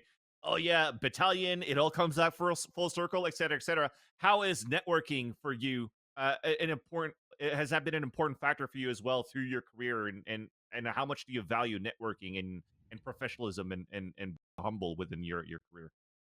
Yeah, it's something that every young player is going to have to eventually learn. Even myself back in the day when I was competing in Overwatch, like that was something I didn't really care about. All I cared about was being the best and trying to make sure I was the best player. But when I was scrimming with these teams and I wasn't getting the scrim, I never forget it. I'll never forget. I was playing Hanzo in an Overwatch scrim. I 6K'd after our whole team got wiped. I shit. killed the whole team. I didn't get called back the next day to play with them, and I was like, "What the hell is going on? I'm pouring my heart and soul into this game, and I'm not getting calls back." So from that point on, I kind of knew, it might not be about how good you are; it might just be about who you know. Mhm. So after that game, joining Battalion, playing Black Ops 4, creating those friendships was really just something that I valued, and obviously ended up helping me in my career so far. But yeah, it's something that every player is going to have to learn, and I think it's just so crucial to being consistently in esports throughout your Mhm. career. Mhm. Okay, I'm gonna come at you kind of with a two-parter uh, caveat to that, kind of like piggybacking off of that, and kind of what you've learned in this. So, uh, the connections and just alone, kind of knowing Psycho from the Battalion 1944, was that enough? Specifically, was that kind of the reason that tipped you over the edge to say, "Yeah, I will join XSET," or did you have ideas of maybe looking to go elsewhere? And then to that point, learning how to network and staying humble, it's hard to do. We're seeing it right now. People kind of wilding out, especially in the game changer scene. Was that Mhm. something that was kind of taught to you after you did join XSET, and kind of how to conduct yourself as just a human being, right? How to be Brendan first before being BcJ on the server?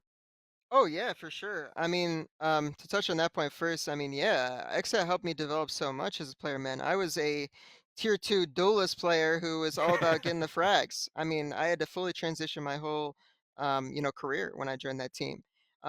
But you bet your ass I jumped on that opportunity when they came calling. I was on Sedated. They were asking me, "Hey, we'll pay you to play? Okay, I'm down. Let's go."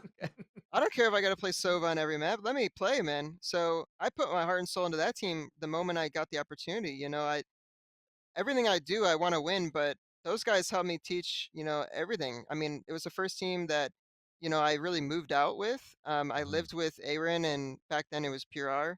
Our coach was in Austin too, but first time moving out. I mean, living to learn by yourself. Everything came from XSET. I mean, everything I've learned in Valorant is really, like I've said, has come from XSET. All the great Mhm. memories I have, majority of them, 90% of them are with XSET. So, you know, having to leave from that environment, that, space, it was hard. But, you got to understand that it's a business and, you know, just the way that the cookie crumbles sometimes. And I'm just proud to be involved with those group of guys and to have that chance to, learn from them and play with them.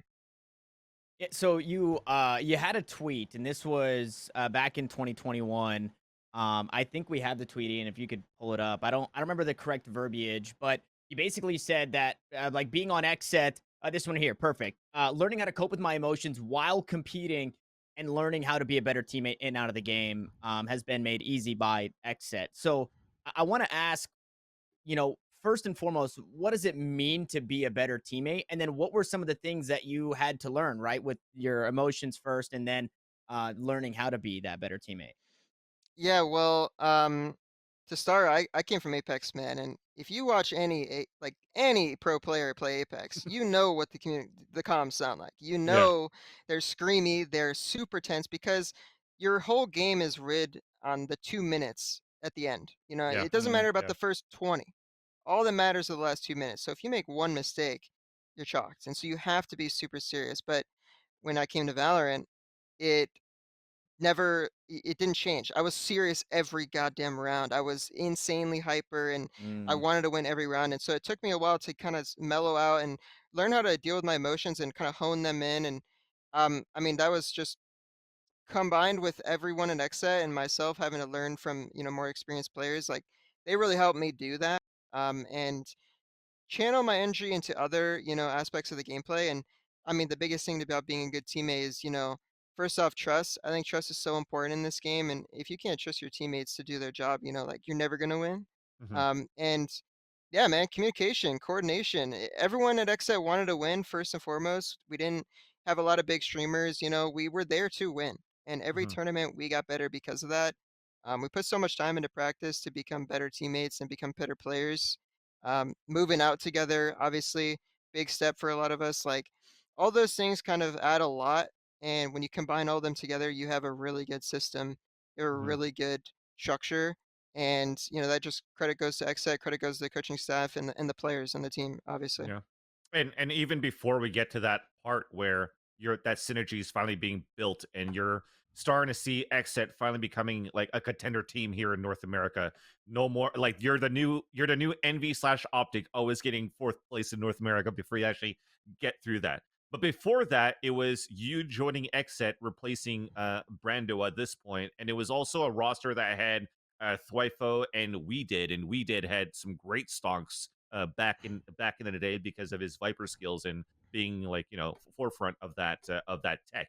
But XSET in itself never really had those great results that we see today, right? So my first point is I remember having a conversation with Psycho where it was very difficult having like a main IGL within that roster. Maybe a little bit of calling from Aaron, maybe a little bit from you from time to time, but it was mostly around Psycho putting a plan and then almost calling a timeout every 4 rounds just to like call the strategy for the next following 3 or 4 rounds. And I feel that that was maybe detrimental to your results. And being a motivated player, that must suck when you're trying to come in with this game plan but nothing is working. So how does that motivation continue there? And how do you want to continue to strive to say, this is actually still going to be the best team for me to want to stick with so that I can become the best team in North America? Yeah, and so I mean that all really started when I played my first tournament with XSET, and Mm. I swapped straight for Brando. Didn't really even scrim all the maps yet. I basically was playing Sova on every map. I've only had ranked experience doing that, so for me, it was like they trusted me to do my job. I trusted them. I just had to, Hmm. and so we ended up winning that event, beating a lot of really good teams as well. Yeah, ended up I think beating LG and then Built by Gamers in the finals of that tournament. And Yep. so to come away with a win in the first tournament with me, I mean, that was a big sign for these guys who have not done that yet. You know what I mean? They've beat a couple teams that are really notable. They've had some good matches. They've been a consistent team, but they can't get over that edge. And that's I Hmm. think why they decided to move and pick me up. Um, those guys love Brando. I mean, I've heard nothing but great things about Brando. And he was actually a Crossfire player. I think he played against Jordan Yep. Aaron. So, you know, they love him, and it was hard for them to move on from him. But that's just the story of XSET. Like we've made tough roster moves, we've made tough decisions, but every time that we have done so, we've gotten better. And Hmm. that just goes to credit to all the team. I think we had a really good structure, man. The players and the coaching staff came together to form a plan, and we never once made like a bad roster move, bad Hmm. decision. Um, I think all of us, are really good at that. I think the leaders that we had at the time, which was, Coach, myself, and Aaron, like I think us three were like the spearhead of XSET in the beginning because we always made really good decisions and we kept a level head. And even though like our gameplay wasn't, immaculate, like we would take map control on A, and then we Yeah. would just sit there and hit A. Like there wasn't too much, I remember theory that time too. crafting. It Yeah, looked good so at the beginning, and then you just sat there and just go, "Hey, we're just re-hitting after cutting noise." yeah, you could see it there Yeah, where we yeah. don't have that plan fully fleshed out. But even then we were getting top 8 every event. We made all the Masters events. We just Yes. didn't push ourselves past that. And so then again, once we got that milestone, okay, now we're making all these Masters events. What do we need to do now? And we Mhm, needed an IGL. And when finding that IGL, which ended up just being Rory, mhm. we were looking at a lot of other players too, but he just ended up being the one that we wanted. And Yeah. one of the other players we were actually looking at was Zekin. And it Mhm. was funny enough that we didn't want both of them. We wanted one guy. We wanted to keep Thwifo on the team, replace Weeded for a caller or a really like mechanically skilled player, and we weren't sure which one's the right option. Mhm. But when we played with Zekin and we played with Def and we played with a lot of our other tryouts, we immediately knew like, okay, wow, these guys are impressive. Like, can we get Zekin as a sixth at bare minimum? Can we keep this guy? Mhm. So we signed Def. We knew that he wanted, we needed a leader. We knew that he was going to be really important to the team. Um, but things just ended up working out internally that FIFO was replaced for Zekin. We wanted him as a sixth man, but he ended up just joining us straight up. And we got the offer done. We got the deal done. And that's the roster that got us all the way to, I mean, basically fourth in NA. We were Yeah. a top tier team with good calling, with good structure, with good secondary callers. I think Aaron goes uncredited as well for how good he's done. And I mean, I don't even talk about it, but I was secondary calling for a majority of XSET's career too. So Yeah. a lot of really good players on that team, man, and that's why it worked, and that's why we were so good. Um, Only had to make one change from there, and that ended up being for Cryo. And every change that I've talked about has made us a better team. And you've Yeah. seen where we can peak. We've gotten, I mean, fifth, sixth at Masters with Yeah. Fnatic. So I think we beat them. So we're fifth place, man. We beat Fnatic. We're fifth place in champs. That's the I best love it. result we've had yet. And I honestly Uh, think we could have won. We could have won it all with that roster. So mhm. I'm just it's a culmination of everything coming together and everyone believing in each other, and that structure was it's what it takes to win. It's Yeah, truly underrated. All the top teams have it. Can't go without one. for sure. So I wanna jump back to I'm trying to get like the BCJ just individual kind of you as a person, what's worked for you and changes that you've made before we get maybe deeper into champions and what that land meant. But I'd seen on your Twitter again a while back, 2021 ish, might even have been the beginning of this year maybe. But you said, hey, I'm completely kicking soda and caffeine. As somebody who drinks caffeine every day myself, and I know that we have nutritionists for certain organizations and stuff like that.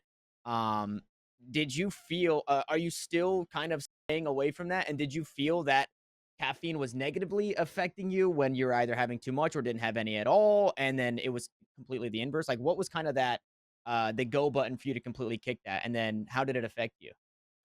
Yeah, so one of the biggest things I had to learn was when I started having my stomach problems medically, I was watching what I was eating and drinking, and I just kind of happened to realize, like, wow, my performance on different days is like drastically changing.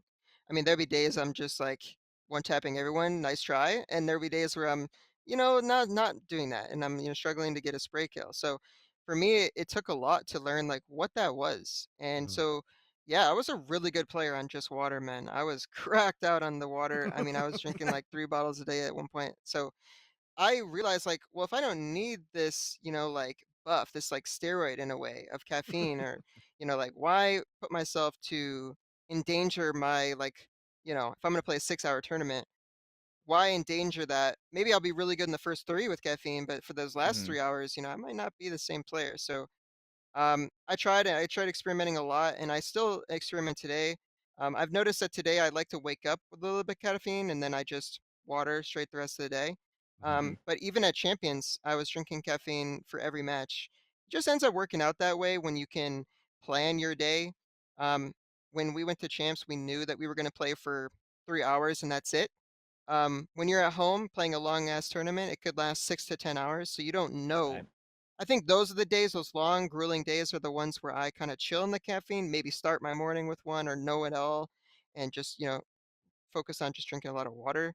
Mhm. Um, but I mean, it's super helpful. It's really important to a player to control your body and to control what you're, eating and drinking on match days, man.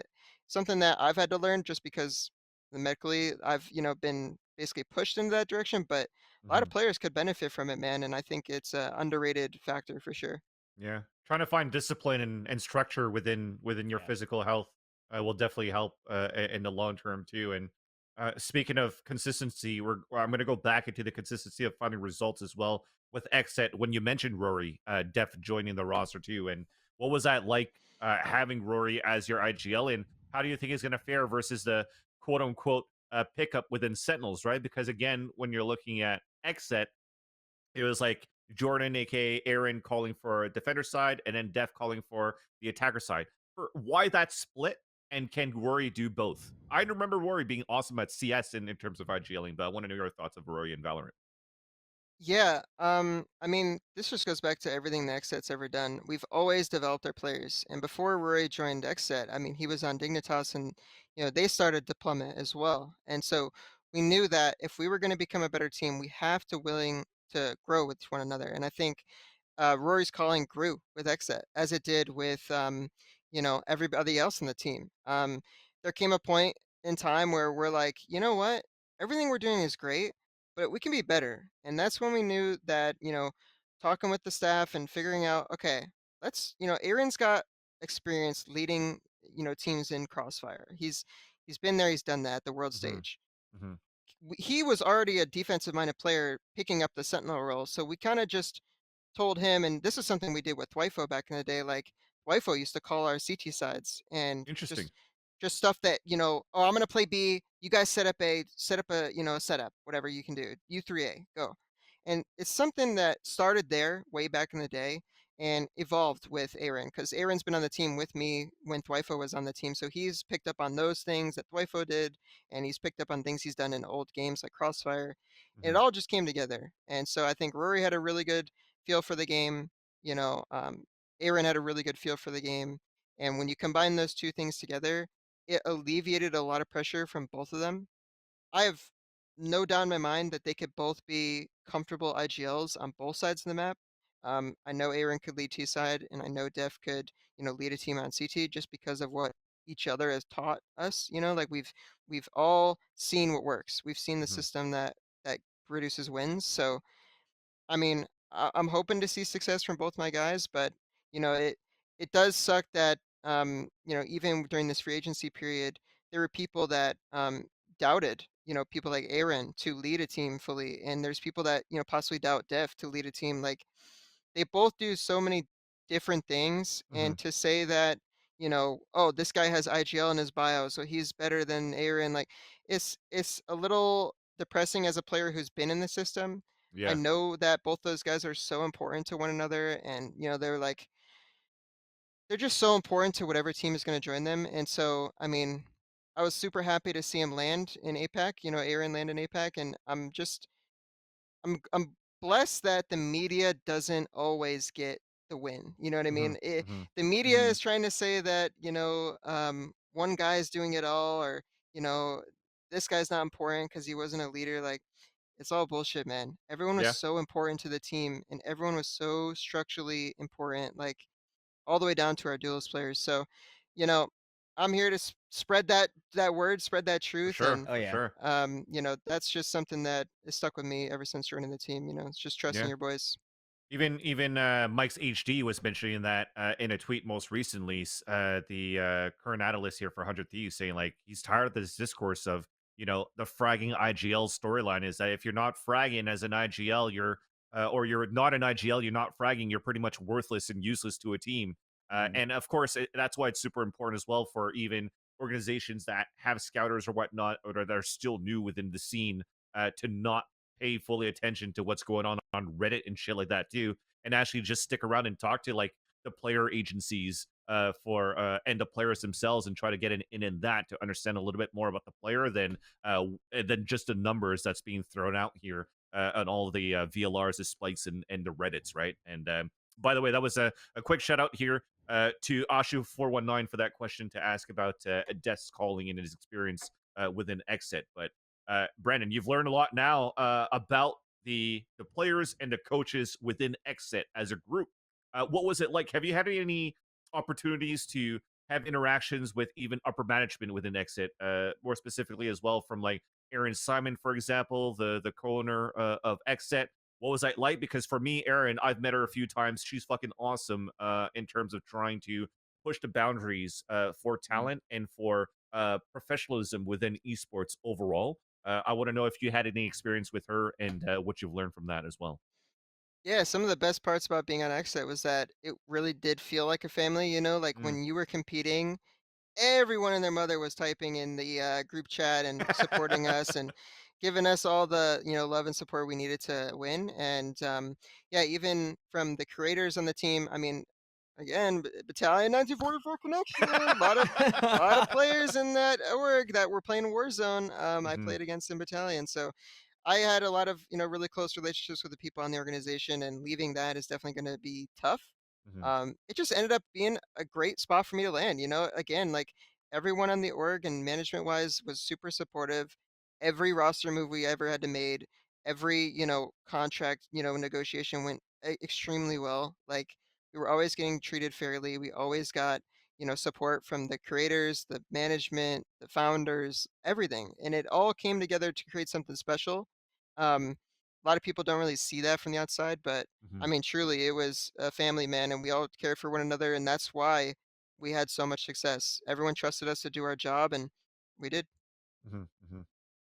And so now with that, like you would kind of expect everybody to land on their feet. I think one of the something that has escaped star players in Valorant is probably LAN experience because we're all so young and LANs are just now coming back. Do you feel that also, right? You for Exit specifically, as a selling point, what would you say are kind of your biggest takeaways, from the recent success that you've had at LAN, right? And first, like actual real crowd almost the whole time in Turkey. And obviously you guys had a relationship kind of with the crowd. It was more psycho having that relationship and being the bad Well, guy. I mean, But you also still had BcJ being the bad guy with the KFC stuff.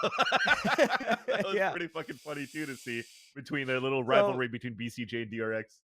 yeah, so like what are your takeaways, right? What do you kind of feel now that you like something that you have in your repertoire now that you can say I did this at the highest level in front of everybody. Yeah, man. It definitely goes underrated. Mhm, It's just simply put, like a lot of these guys don't realize what it takes to win on the world stage, and they don't realize how hard it is.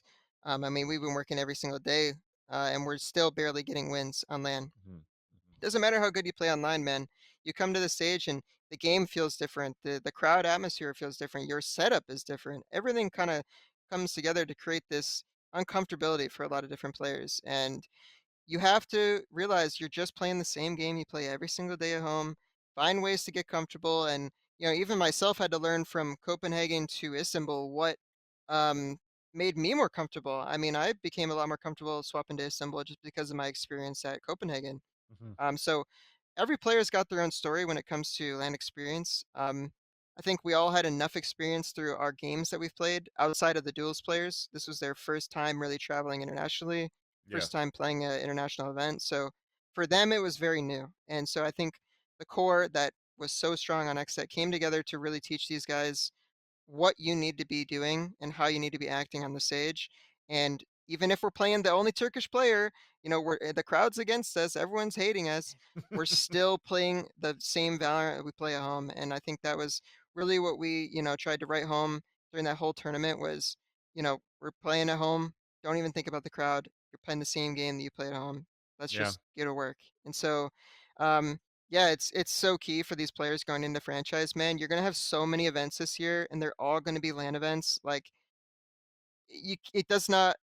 I can't. There's no words to describe it. It's so valuable to an org and to a team to get players that don't have to learn that. They're Mhm. already ready to win now, and you build on that in the future. I think that's where it's really gonna be important going into this first year. It's gonna be a lot of chaos, and the best thing you can do is get a core that you believe in that has experience. Yeah. I want to touch upon actually. You were talking about the experience of playing on the stage, and it's a learning experience every single time. Um, First off, on your first game in Copenhagen, I wanted to talk more about the environment in terms of like the setup. Even though it's the same game, there's probably still some things that differentiate your setup from home or the environment of what you hear versus what you're playing on that stage. First off, that event didn't have any crowd. So was there anything in terms of like white noise or the lightings around that you had to get used to? What was that like as a pro player in that environment on the stage here in Copenhagen versus at home? Yeah, so I'll touch on the things first that can relate to everybody. I think Hmm. the biggest thing is the in-ears is going to be a big difference from your headset. Um, whether you're playing, with a, headset at home that's really nice and comfortable, Hmm. whatever, you're playing with in-ears that they give you, and they're really nice. They're really expensive in-ears. They're great. Hmm. But at the end of the day, your ears could, they could have pain after an hour, 2 hour session. Hmm. So, you got to get used to that, and you got to, Hmm. find ways to get comfortable. Almost get that experience scrimming the game with in-ears, and it's almost weird to say, but at lands we found out that every time we were scrimming a really important game, we were going to play with our in-ears. We were going Hmm. to Hmm. play with our in-ears with this headset over them, and so that Hmm. was something we had to adapt to, and over time we didn't have that much pain at all. We got used to it. We were accustomed to the in-ears. It was the same in-ears from Copenhagen to Istanbul, so that transition was easy for us, and I think every player is going to have to get used to that because I don't see many players using in-ears at home. Hmm. Hmm. Um, things for me though, Copenhagen was a big learning experience for me because I have a Herman Miller at home. You're not Yep. going to have that at stage. I Yeah. also have like lumbar and back problems, right? So for me, I forgot to bring a certain, cushion for these chairs at LAN, and Hmm. after that first game, not only were like my elbows, like, cause I play with, armrests, and I Yes. play, Yes. Yes. Yes. almost like at an arch position. So my elbows hitting on that all day long. And so for me to just get that comfortability, I didn't have my pads. I didn't have the support that I needed. And so I had a lot of pain in that first optic game. Mm. And so after that optic game, when we played Leviathan, even I'm learning after that fact. Leviathan, I had no problems at all, but Hmm. for me to learn that, you have to be there to learn it. You know what I mean? I Hmm. didn't know that I was gonna have pain on these chairs or whatever, and on the setup. And Yeah. so when that Leviathan game came around, I really put my all into it because I finally felt comfortable. I finally felt, wow, this is what it's like to compete at the world Yeah. stage. And I mean, we saw how much damage we did at Istanbul after I finally learned what it's like to be comfortable. Yeah. But yeah, I can't write that home enough. It's literally you have to be there to experience it and find out what works for you and what makes you comfortable on that given day. Yeah. And then speaking of that, you were talking about white noise as well. So I remember back in even like 2021 when we were following Envy, and then FNS I think tweeted out or something along those lines. One of the players in NA was like, "It's actually so hard to even hear like an owl drone, so you're taking advantage of white noise or a crowd or something like that to just hold W a little bit more to because you can't really hear footsteps as much." Is that really the case, or is the environment with in-ear still fairly similar as to when you play at home? It gets a little crazy at times when ults are going off, voice lines are going off left and right to hear footsteps and stuff. So Hmm. Hmm.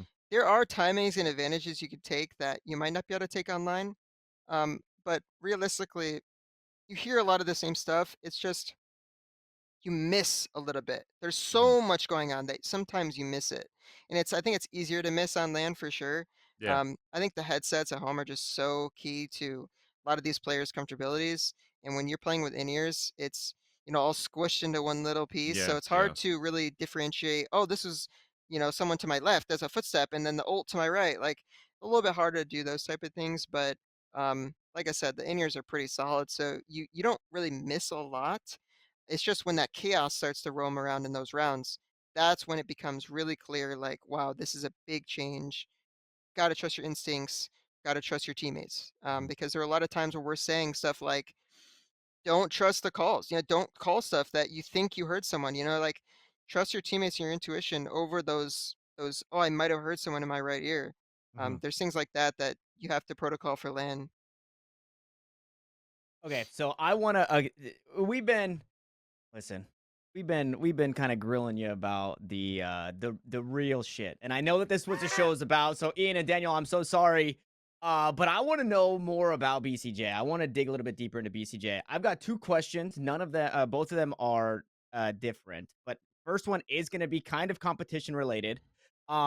You are BCJ. You are the I think back-to-back 2-time Smeed Cup winner, the back-to-back 2-time Myths Fight Club winner. And most recently, you just secured yourself a vacation to Tokyo, I believe, because you won a Gundam Evolutions tournament. The So, Twitch what do rivals? you, That's yeah, awesome.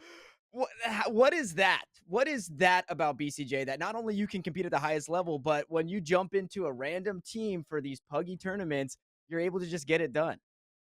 Um, I've heard it from a lot of different players I've played with, but it's really just the passion for me. I want to win more than anyone else in the server, and I inspire people around me to want to win. If they see a guy who's running into battle with no shield, he's gonna, you're gonna run and back him up. You know what I mean? So, Right. I love competing, man. It's the thing I do. I don't have any outside, you know, uh, like Obligations or obligations. Yeah, yeah. like all I do is play, and so I'm really good at a lot of different games, man. And the Gundam one is obviously something that is funny, but all my boys, Apex players, those are all Yep. my guys. I love them, and Have a even when I came blast. back to play, I came back to play Twitch Rivals for Apex, and I would still win those or get second place in those. Yeah. So, like, it's just how much that I think I inspire people around me to want to win. And, especially when it comes to Valorant, I think it's a game that you can take momentum as a key factor. And, I don't know. It's hard to say if it's one thing or the other, but um, yeah, I'm truly blessed to be a part of that and to get to share, my passion with other really top tier players. I miss the Speed Cups. I miss the Fight Club stuff. I miss that because that was some of the best fun I've had in Valorant for sure. Yeah, okay, and now I'm going, Vansilli, you're really gonna have to get us back on track for this one.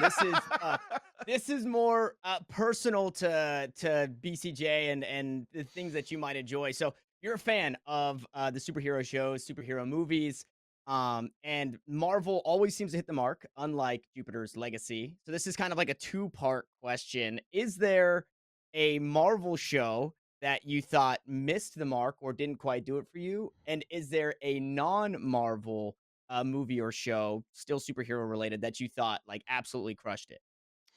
Oh man, this is a tough question because growing up, I've loved the Marvel movies, and I honestly love all the superhero movies in general. But the thing that I love about Marvel the most is everything. I watch everything. So when I'm watching those movies and I get to see connections that they're making between, those movies and those, Hmm. things, that's probably what I love the most. And Yeah. so, a lot of people just come and watch one Marvel movie out of 10, and they don't really get to see those connections, and they don't really get to see like what it means to the full spectrum. So for me, I'm a fan. I love it, and I always go to my favorite Marvel movie being, Winter Soldier. I think that's probably my favorite movie that they've made. Just a Mm, great, like, you can watch it and you can enjoy the story, but it also was really big for, the other movies that came out after it. yeah. Um, and I think if I had to pick one that I don't like that's not Marvel, ooh, that one's tough. I think there's so many options, but Well, so let me. Is there like something out there in the superhero realm that isn't Marvel that you're like, damn, this is good. This is like Marvel oh, level. yeah, I recently I've been recommending the Invincible show to a lot of It's people. I so really good. like that. Okay. It's so Yeah, Um, good. yeah, It's kind of it's fucked, but such it's so yeah, good. yeah.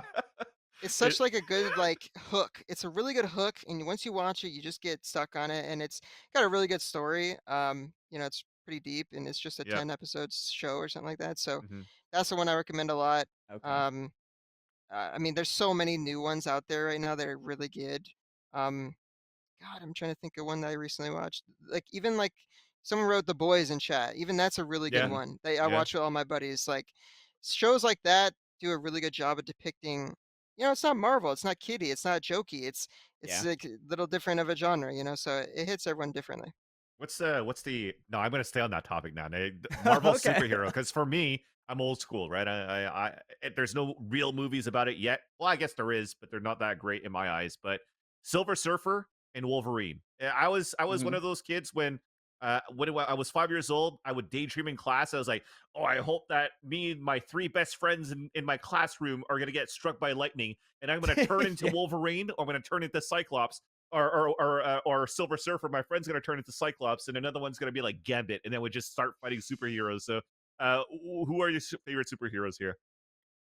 Oh man, Who do you that's like to be? tough. Uh, I don't know. I was pretty generic growing up. I watched everything. I liked a lot of everything. I would probably pick Spider-Man, honestly. I don't know. Nice, I grew up nice. with Andrew Garfield and the original trilogy as well. Like Yep. I like both those guys, and I really like the new movie they just made with all three of them. Like my generation grew up with Spider-Man, so I feel like we gotta, most of us would probably pick Spider-Man. Interesting enough, too, a lot of people have not been liking Andrew Garfield as a Superman, but I do. I actually enjoy Andrew Garfield a little bit more than Tobey Maguire as a Spider-Man. And yeah, anyways, we talk about superheroes and whatnot, and a lot of players right now have opportunities to become superheroes to the main stage and to the fans with the partnership programs so far. So I wanted to know your thoughts, just digging a little bit deeper into the partnership program with what's been going on, not with you necessarily yet, but with the rumors of, for example, Loud breaking up and some of them joining Sentinels and all these powerhouses that we've had so far in NA, right? We wanted to put NA at the top, but now we have an opportunity of mixing up NA and Brazil and whatnot. Do you think that this is going to hinder the teams in North America a little bit, or do we still have a great chance to be the champions in 2023? Yeah, well, the good thing going for us is that we still have all that talent in this region, and I'm Hmm. hoping that most of it stays. The problem is that the partnership program didn't accept the two best teams in the region. Mm, And so that's going to create a roster shakeup. Those players are going to make it on a team. You know what I mean? yeah. They're going Yeah. to, the Optic Core is going to go, the XSET Core is going to go. Most of those players around them are going to join teams as well. And so you add that plus all the pieces that were doing really well in tier two that these orgs might try to give a shot at tier one. Um, it's going to create a lot of random teams and a lot of shakeups around the scene, and I'm hoping that after this first year, it mellows out and it stables out, and the best teams are here. After we get 5 more slots in the league next year, hopefully that helps as well. But there's so many tier one talent. There's so much tier one talent out there right now that isn't going to get an opportunity in this first year of the partnership program. Mhm. And, possibly even myself, we'll see what the announcements are soon enough. But, like there's players like that where I was rated the number one initiator at Champs, and that player is not going to be on a franchise team next year. There's a Yeah. chance where we would live that world. And it's just crazy to think about. Uh, there's a lot of those players out there, man, that the guard, no one's talked about them yet. A Yeah. lot of those players Yeah. have played at LAN, have been hitting that come up. They were just peaking. Mhm. Who knows what they were going to do next year? Like, the phase of the world, like these guys are so talented, man, and they're basically going to struggle to fit one of those 25 slots Yeah. because teams like Optic and XSET Core, those guys are going to be the first to join teams, not anyone else. Are you So are you UFA or RFA right now, Brendan? unrestricted right now, yeah. Okay. XSET was willing to let us go. We were getting paid tier one salaries, so it was mutually beneficial for Yeah. both XSET and us to be Mhm. unrestricted. Okay. So what's that motivation, or what are the emotions that are going through you right now? Because when we first started the interview, you were mentioning, I was like, oh yeah, well, when I started in Valorant, this guy was getting picked up, this guy was getting picked up, and then our team kind of folded, and then it took you a while before you were able to join XSET. You never lost that motivation, but now you're seeing all of XSET literally joining a different team, and you're still, unfortunately, still there waiting for the next opportunity. So what's that emotion like right now, and what are you doing to try to make sure that you have these conversations for the next step? Yeah, I mean, it's really hard, man. Hmm. You think about what your future looks like. There's a lot of unknowns. You don't even know what team you're going to play for next year, what core you're going to have to join, what system you're going to have to join. And so for me, it's a lot of, big question marks, but thankfully I've had a really good, support system, even just all the way down to my friends, my family, all the way to my agent, my old teammates, stuff like that. Like a lot of us are trying to help each other get to that next step of our life. And I think what really keeps me going is that at the end of the day, no matter what org or team I'm playing for, that team's going to be better because I'm joining it and we're going to win. And Hmm. Hmm. that's really all I'm focused about next year. If I have to join a T1 franchise team and, people aren't talking about us, fine, so be it. I'll make them talk about us. If there's going to be a team in tier 2 Ascension that I have to join, and they're going to be talking about who's going to win Ascension, I'm going to be winning Ascension. I'm going to be putting all of my effort into doing that. There's nothing that's going to like stop me from achieving that goal. And so for me, I know that I'm going to be okay at the end of the day. I'm going to be playing the game I love, hopefully with people that I love to play with. And yeah, it's a lot of unknowns at this point, but it's good to have a good security. I'm a really good player. I'll make it on a team, and I think every player out there who has proven themselves should feel the same way. You're gonna be fine, man. You're gonna find a team, and you're gonna compete in the game that you love. So should be all good. Mm. And so now I hate to ask this question because I think we all believe in BCJ and what you bring to a roster. If there is a world that we're existing, if there is a multiverse we're existing in where you get the option to be a sixth man on a tier 1 franchise roster, is that something that you'd rather do? Or do you feel that you would be better used as a fifth, even if that means you have to push through the ascension? It's a hard question to say. Unfortunately, I think that the six-man rule is not going to be as impactful as like many people think. Mm. They might not ever see the field, you know what I mean, so to speak. So I'm a little bit more interested on taking a spot in tier 2. But I mean, it's hard to say. Is that six man who rides the roster of NRG, for Mhm. example, gonna Mhm. get an opportunity next year when he hasn't played in 6 months or hasn't played in 8 months in any officials? Like, it's gonna be hard to say what is more impactful. For me, I know that I want to play the game, so I know that I want to compete in officials and go to events, and so I'm gonna probably value being on a top team as a starter. Mhm. Whether that's in tier 1 or tier 2 doesn't matter, but for me, it's like that. For other players, it might not be. It's hard to say what these teams are going to try to do with their six mans.